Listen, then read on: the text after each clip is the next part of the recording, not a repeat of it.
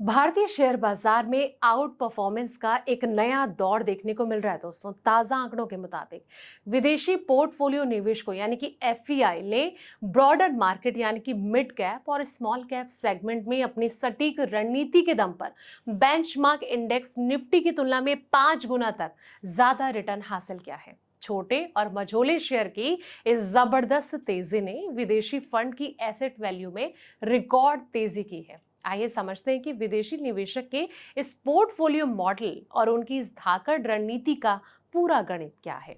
नमस्कार, मैं हूं आपके साथ संध्या बिष्ट और आप देख रहे हैं द इकोनॉमिक टाइम्स हिंदी। विदेशी निवेशक के पोर्टफोलियो की वैल्यू निफ्टी की बढ़त के मुकाबले करीब 5 गुना से भी ज्यादा बढ़ी है। भारतीय शेयर बाजार पर भरोसा बनाए रखने वाले गोल्डमैन सैक्स, फिडेलिटी कैपिटल ग्रुप, नालंदा और जिक्यूजी पार्टनर जैसे बड़े विदेशी निवेशक इस सूची में शामिल हैं। प्राइम डेटाबेस की स्टडी ने यह बताया कि देश के 20 सबसे बड़े फॉरेन पोर्टफोलियो इन्वेस्टर्स यानी कि एफपीआई में से कम 75% की घोषित भारतीय पोर्टफोलियो की जो वैल्यू है जून तिमाही में 10 से 37% तक बढ़ी है। और इसका मतलब है कि टॉप 20 में शामिल कम से कम 15 विदेशी निवेशकों के पोर्टफोलियो की जो वैल्यू है इसमें निफ्टी सेंसेक्स से ज्यादा बढ़ोतरी हुई है। यह प्रदर्शन उस समय हुआ दोस्तों जब ईरान संकट के बाद ज्यादातर विदेशी निवेशक भारतीय शेयर बाजार से पैसा निकाल रहे थे। कच्चे तेल की कीमतों में भारी उठापटक और दुनिया भर में शिपिंग का जो खर्च है वो बढ़ने से भी बाजार का माहौल खराब था। इतनी परेशानी के बावजूद भारतीय बाजार में टिके रहने और सही शेयर चुनने वाले विदेशी निवेशकों को इसका फायदा जो है वो मिला है। ऐसे में मिड कैप और स्मॉल कैप में जो बड़ा कमाल है वो भी क्या है। जून तिमाही की बात करें तो सेंसेक्स करीब 6.3% चढ़ा, जबकि निफ्टी में 6.8% की तेजी आई। और इसके मुकाबले मिड कैप और स्मॉल कैप शेयर ने कई ज्यादा मजबूत प्रदर्शन किया।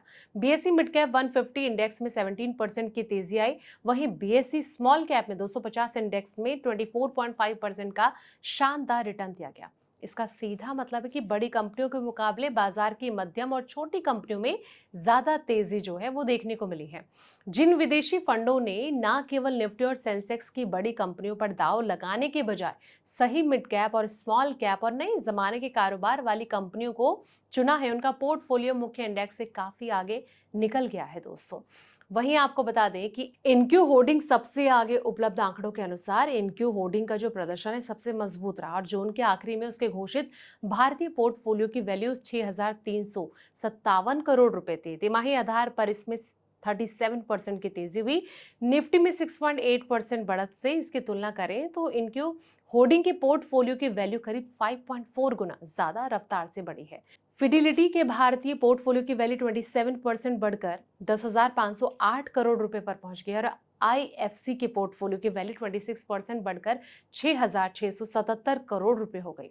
दोस्तों, गोल्डमैन सैक्स के पोर्टफोलियो में 26% उछाल देखने को मिला है। जी हाँ, सेंसेक्स, निफ्टी और इसके पीछे अगर छोड़ने वाले विदेशी निवेशकों में शामिल रहा, जहां की जून तिमाही में उनके भारतीय पोर्टफोलियो की घोषित वैल्यू 26% बढ़कर 57,276 करोड़ रुपए हो गई। इंडसइंड इंटरनेशनल होल्डिंग के पोर्टफोलियो में 23% की बढ़ोतरी हुई और इसकी वैल्यू 7,299 करोड़ रुपए पर पहुंच गई।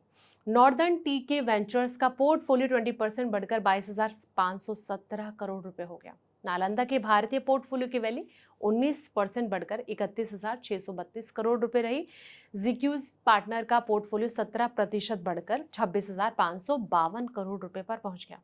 यहाँ एक जरूरी बात समझना बहुत जरूरी है दोस्तों कि किसी विदेशी निवेशक के पोर्टफोलियो की वैल्यू 37% बढ़ने का मतलब ये नहीं है कि उसे केवल शेयर की तेजी से 37% का रिटर्न मिला है। पोर्टफोलियो की वैल्यू दो कारणों से बढ़ती है। पहला कारण उसमें शामिल शेयर के भाव बढ़ना, दूसरा कारण विदेशी निवेश की ओर से नए शेयर खरीदना या फिर पहले से मौजूद कंपनियों में अतिरिक्त पैसा लगाना है। फिलहाल इस रिपोर्ट में इतना ही। ऐसे पल पल के अपडेट्स के लिए आप देखते रहें द इकोनॉमिक टाइम्स हिंदी।